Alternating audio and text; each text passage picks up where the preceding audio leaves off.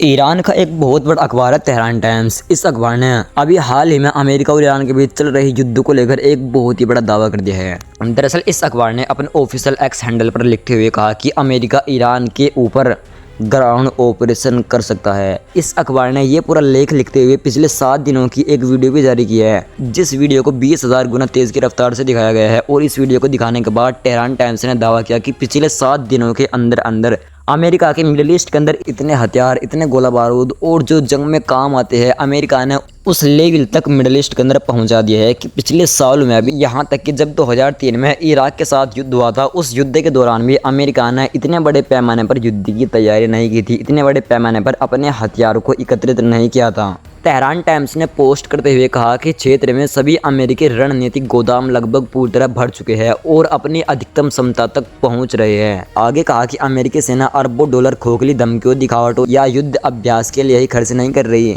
ये ईरान के ऊपर बहुत बड़े हमले की तैयारी है, यहाँ तक कि ईरान के ऊपर ग्राउंड ऑपरेशन भी किया जा सकता है। याद रहे दोस्तों, ये तेहरान टाइम्स का दावा है, ये मेरा दावा नहीं, ये खुद ईरान के एक बहुत बड़े अखबार ने बात कही है।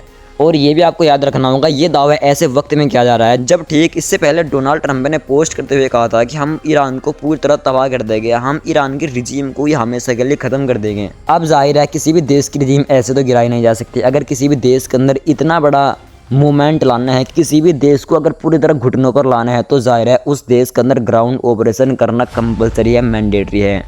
अमेरिका को अगर इतनी बड़ी बात डोनाल्ड ट्रंप कह रहा है तो अमेरिका को ग्राउंड ऑपरेशन करना ही होगा। दोस्तों यकीन मानना, अगर ईरान के ऊपर ग्राउंड ऑपरेशन होता है तो पूरे मिडिल ईस्ट का यकीन मानना नक्शा ही बदल कर रख दिया जाएगा। ईरान ऑलमोस्ट अपनी फुल तैयारी पर है और अभी हाल ही में मुहर्रम के दिन चल रही है। शायद ऐसे वक्त में डोनाल्ड ट्रंप अगर ईरान के ऊपर बड़ा ग्राउंड ऑपरेशन करता है तो डोनाल्ड ट्रंप को ये अपनी सबसे बड़ी गलती साबित ना हो, क्योंकि ऐसे वक्त में ईरान की सिर्फ IRGC ही नहीं, सिर्फ ईरान की फोर्स ही नहीं, बल्कि ईरान के आम सिविलियन से भी, यहाँ तक कि ईरान की औरतें तक भी डोनाल्ड ट्रंप की सेना के साथ, अमेरिका की सेना के साथ लड़ने के लिए तैयार हो जाएंगे। अब इसके बाद मिडिल ईस्ट आई की रिपोर्ट के मुताबिक ईरान की IRGC की तरफ से खुले तौर पर अमेरिका को धमकी दी जाती है कि हम इस बार अमेरिका के ऊपर ऐसा हमला करेंगे कि कभी भी उस लेवल का हमला अमेरिका के ऊपर हमने अभी तक नहीं किया। यानी ईरान कम्प्लीटली अमेरिका के साथ लड़ने के लिए तैयार है। रिपोर्ट्स के मुताबिक IRGC के प्रवक्ता हुसैन मोहिब्बी ने ईरानी सरकारी मीडिया को बताया कि दुश्मन अपने वादों को तोड़ता है, धोखेबाज है और उस पर भरोसा कतई किया ही नहीं जा सकता।